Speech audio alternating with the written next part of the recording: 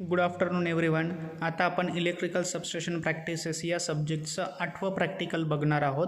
प्रॅक्टिकलचं नाव आहे prepare the maintenance schedule of 33/11 kV substation. Okay, तुम्हाला काय करायचं याच्यामध्ये की जे मेंटेनन्स शेड्यूल फॉलो केलं जातं सबस्टेशनसाठी त्याच्यावरती एक रिपोर्ट किंवा तो मेंटेनन्स शेड्यूल आपल्याला प्रिपेअर करायचा आहे. आता मेंटेनन्स शेड्यूल याचा अर्थ काय पहिल्यांदा मी ते तुम्हाला सांगतो की सबस्टेशनमध्ये बघा जे काही इक्विपमेंट्स यूज केलं जातं त्याच्यासाठी त्याचं एक पर्टिक्युलर मेंटेनन्स चार्ट फॉलो केला जातो. त्या चार्टनुसार कुठल्या कुठल्या क्वांटिटी ऑब्झर्व करायच्या, त्याचे काय काय पॅरामीटर्स चेक करायचे आणि त्याच्या नोट्स त्याच्याबद्दल काय लिहायच्या याचा एक स्टँडर्ड फॉर्मॅट असतो आणि तो प्रत्येक सबस्टेशनमध्ये ॲज अ मेंटेनन्स म्हणून हा प्रत्येक सबस्टेशनमध्ये फॉलो केला जातो. ओके, सो आता आपण ह्या राईटअपमध्ये बघणार आहोत की जे सबस्टेशनमध्ये इक्विपमेंट यूज केले जातात त्याचं मेंटेनन्स शेड्यूल हे कसं फॉलो केलं जातं आणि त्याचा मेंटेनन्स चार्ट हा कसा प्रिपेअर केला जातो. ओके, सो सगळ्यात पहिल्यांदा आता तुमच्या स्क्रीनवरती तुम्हाला हा जो चार्ट दिसतोय हा आहे maintenance schedule for transformer. Okay, आता जो ट्रान्सफॉर्मर यूज केला जातो तो असतो ऑइल इमर्स ट्रान्सफॉर्मर सबस्टेशनमध्ये. आपण विजिटमध्ये पण बऱ्याचदा तो ट्रान्सफॉर्मर बघितलेला आहे. तो त्याची साईज किती असते, त्याचं वेट किती असतं, त्याची रेटिंग किती असते हे सगळं आपल्याला माहिती आहे. आपण हे सगळं व्हिज्युअली इन्स्पेक्ट केलेलं आहे, बरोबर. पण आता ह्या रिपोर्टमध्ये आपल्याला काय करायचं आहे, त्याचं मेंटेनन्स रिपोर्ट प्रिपेअर करायचं आहे की त्या ट्रान्सफॉर्मरचं काय काय इन्स्पेक्शन करायला हवं, कधी कधी करायला हवं आणि काय काय पॅरामीटर्स आढळल्यावरती काय काय नोट तुम्ही तिथे लिहायला हव्यात ते आपण आता बघणार आहोत. ओके, सो तुम्ही बघू शकता तुमच्यासमोर 5 कॉलम आहे. पहिल्या कॉलममध्ये सिरियल नंबर, दुसऱ्या कॉलममध्ये इन्स्पेक्शन ऑफ फ्रिक्वेन्सी म्हणजे इन शॉर्ट ते पॅरामीटर्स आहे, काय पॅरामीटर चेक करायचे तुम्हाला ते किंवा कधी करायचे. त्याच्यानंतर ॲटम्स टू बी इन्स्पेक्टेड, काय तुम्हाला इन्स्पेक्ट करायचं आहे, तुमची इन्स्पेक्शनची नोट टाकायची आणि काय ॲक्शन असेल त्याच्यावरती तर ती करेक्टिव्ह ॲक्शन पण तिथे काय करायची, नोट डाऊन करायची. ओके, सो आता सगळ्यात पहिल्यांदा बघूया इन्स्पेक्शन फ्रिक्वेन्सीमध्ये पहिला आहे हवरली. ओके, एका तासाला तुम्हाला काय चेक करायचं असतं त्या ट्रान्सफॉर्मरचं, तर तुम्हाला त्याचा लोड चेक करायचा असतो आणि व्होल्टेज चेक करायचं असतं. ओके, मग इन्स्पेक्शनमध्ये काय करणार, नोटमध्ये तुम्ही त्याचं लोड चेक करणार आणि व्होल्टेज चेक करणार. मग थोडं लोड आणि व्होल्टेज चेक करणार, इन शॉर्ट त्याची रेटिंग चेक करणार. ओके, ती ओके असली डॅश करून टाकायचं. त्यानंतर दुसरं इन्स्पेक्शन फ्रिक्वेन्सी काय आहे तुमची डेली, की तुम्हाला रोज काय करायचं आहे, रोज काय चेक करायचं आहे तुम्हाला, मग ब्रिथर चेक करायचे. ब्रिथर म्हणजे काय माहिती नाही, it is a knows of transformer, बरोबर, आपल्याला माहिती आहे. त्याच्यामध्ये सिलिका जेल असते बघा, तो ब्रिथर. ओके, त्याला असं पण म्हणतात it is a knows of transformer म्हणजे ते ट्रान्सफॉर्मरचं नाक आहे. ओके, आता इन्स्पेक्शन नोटमध्ये काय येणार, तुम्ही काय काय चेक करणार, त्याची डस्ट आहे, त्याच्यावरती डर्ट आहे, मॉइश्चर आहे का ते चेक करणार. ओके, जर ते असेल तर काय करायचं, त्याच्यावरती करेक्टिव्ह ॲक्शन क्लीन दी ब्रिथर काय करायचा, स्वच्छ करायचा. त्याच्यानंतर तिसरी जी फ्रिक्वेन्सी आहे ती आहे मंथली. ओके, मंथली एका महिन्याला तुम्हाला काय चेक करायचं तर ती ट्रान्सफॉर्मरची ऑइल लेवल चेक करायची.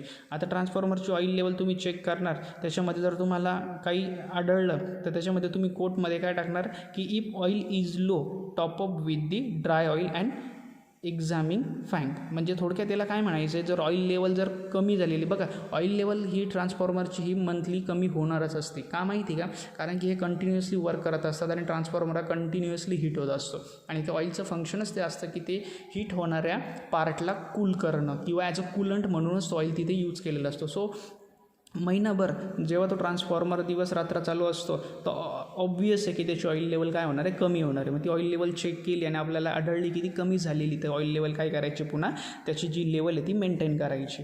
ओके, त्यानंतर पुढची जी फ्रिक्वेन्सी आहे ती आहे क्वार्टरली.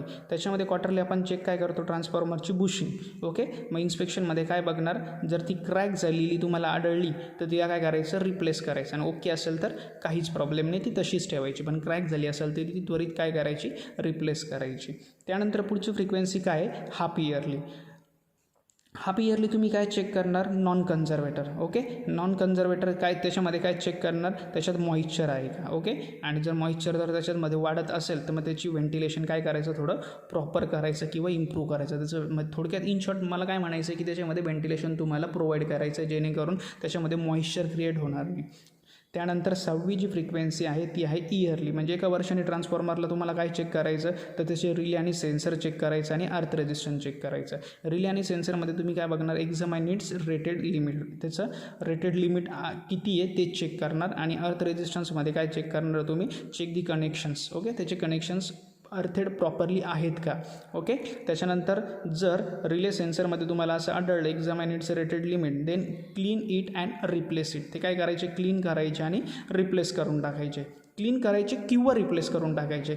ओके, त्यानंतर लास्ट काय सांगितलं होतं तुम्हाला, अर्थ रेजिस्टन्स. अर्थ रेजिस्टन्समध्ये काय, जर ते कमी जास्त होत असेल तर आपण ते प्रॅक्टिकल जसं बघितलं बघा अर्थ रॉडचं, मग ते अर्थ रेजिस्टन्स व्यवस्थित प्रॉपरली अरेंज करून अर्थ इलेक्ट्रोड ते अर्थ रेजिस्टन्स सुटेबल व्हॅल्यूला सेट करायचं. हे झालं ट्रान्सफॉर्मरबद्दल. ओके, आता आपल्याला जे बघायचं आहे ते बघायचं आहे रिलेबद्दल, रिलेचा मेंटेनन्स शेड्यूल. आता रिलेच्या मेंटेनन्स शेड्यूलमध्ये बघा डेली काय चेक केलं जाणार, check to be carried out on relay contact for damage due to the arcing. आता रिलेचं फंक्शन माहिती आहे, रिले काय करत असतात, त्याच्यामध्ये कंटिन्युअसली आर्किंग होत असते. जर त्याच्यामध्ये काही short circuit, abnormal voltage level कमी जास्त झाली तर ते आर्सिंगमुळे त्याचे कॉन्टॅक्ट जर ब्रेक झाले असेल तर ते काय करायचे, रिप्लेस करून टाकायचे. आणि polish the contact with emerging paper, remove the rust and deposit. त्याच्यावरती जी रस्ट डिपॉझिट झालेली असते म्हणजे जमा झालेली असती ती पॉलिश पेपरने काय करायची, क्लीन करायची, जेणेकरून त्याची इफिशियन्सी, त्याचा परफॉर्मन्स हा वाढेल. ओके, आता वीकली काय, हे डेली झालं, हे डेली करायचं आपल्याला म्हणजे रोज करायचं आहे. आता वीकली म्हणजे आठवड्यातून एकदा काय करायचं, ह्या रिलेचं मेंटेनन्स बघा. वीकली काय करायचं, check the continuity on the contact with the help of multimeter. त्याचे जे कॉन्टॅक्ट्स असतात ना त्या कॉन्टॅक्टची कंटिन्युटी चेक करायची विथ द हेल्प ऑफ मल्टीमीटरने. तो त्याची कंटिन्युटी चेक करायची म्हणजे तो प्रॉपरली कनेक्टेड आहे का, सप्लाय प्रॉपरली जातो आहे का ते त्याच्यावरनं कळतं आपल्याला. ओके, आणि सेकंड काय असणार, open circuit and short circuit test to be perform on the coil by multimeter. Okay, open circuit short circuit OCSC त्याच्यावरती टेस्ट अप्लाय करायची, म्हणजे एकदा ओपन सर्किट करायचे ते रिले आणि एकदा शॉर्ट करायचे आणि त्याचा परफॉर्मन्स मल्टीमीटरवरती चेक करायचा की तो किती व्होल्टेज आणि किती करंट हे दाखवतो आहे. ओके, त्यानंतर मंथलीमध्ये काय येणार, check the continuity of the trip circuit by multimeter. त्याची कंटिन्युटी कशाची, ट्रिप सर्किटची बघायची, ते ट्रिप सर्किट प्रॉपरली होतं आहे का. जर आपण त्याचं मेंटेनन्सच केलं नाही आणि आपण वर्षानुवर्ष तोच चालू दिला तर इकडे फॉल्ट होऊनही जाईल आणि तो ट्रिपही होणार नाही. त्यामुळे हे मेंटेनन्स शेड्यूल हे स्ट्रिक्टली फॉलो केलंच जातं रिलेच्या रिलेटेड. ओके, आता पुढचं मेंटेनन्स शेड्यूल जे आहे ते आपल्याला बघायचं आहे सर्किट ब्रेकरच्या रिलेटेड. आता सर्किट ब्रेकरच्या रिलेटेड आपण डेली काय चेक करणार तर बघा, check the oil leak and note the tank temperature by touch. Okay, आता ऑइल तुम्हाला जसं मी दाखवलं होतं डायग्राममध्ये बघा, जे सर्किट ब्रेकर यूज केले जातात ते ऑइल इमर्स सर्किट ब्रेकर असतात बरोबर. मग त्या सर्किट ब्रेकरमधून ऑइल लिकेज होतं आहे का ते चेक करायचं. जर होत असेल तर त्याच्यावरती जी काही करेक्टिव्ह ॲक्शन असणार ती आपण त्याच्यावरती ती कंडक्ट करणार. ओके, हे डेली बेसिसमध्ये झालं. आता वीकली बेसिसवरती बघा, वीकली बेसिसवरती काय, check the external obstruction to be breakers and wet. त्याच्यावरती एक्सटर्नल ऑब्स्ट्रक्शन्स काही येत आहेत का ब्रेकरवरती आणि त्याच्या वेंट्सवरती ते चेक करायचं, जेणेकरून ते जर येत नसतील तर त्याची इफिशियन्सी व्यवस्थित आहे. पण त्याच्यावरती जर एक्सटर्नल ऑब्स्ट्रक्शन्स काही येत आहेत तर ते आयडेंटिफाय करायचे आणि त्याच्यावरती काहीतरी करेक्टिव्ह ॲक्शन ही घ्यायची. ओके, आणि क्वार्टरली काय केलं जातं, check the chip and broken porcelain. त्याच्यावरती जे काही पोर्सेलिन वगैरे हे जमा झालेलं असतं ते काय करायचं, रिमूव्ह करायचं. आणि excessive dirt film oil level oil or compound leak, त्याचे ऑइल लीक होतं आहे का हे सुद्धा आपण काय करतो, क्वार्टरली चेक करत असतो.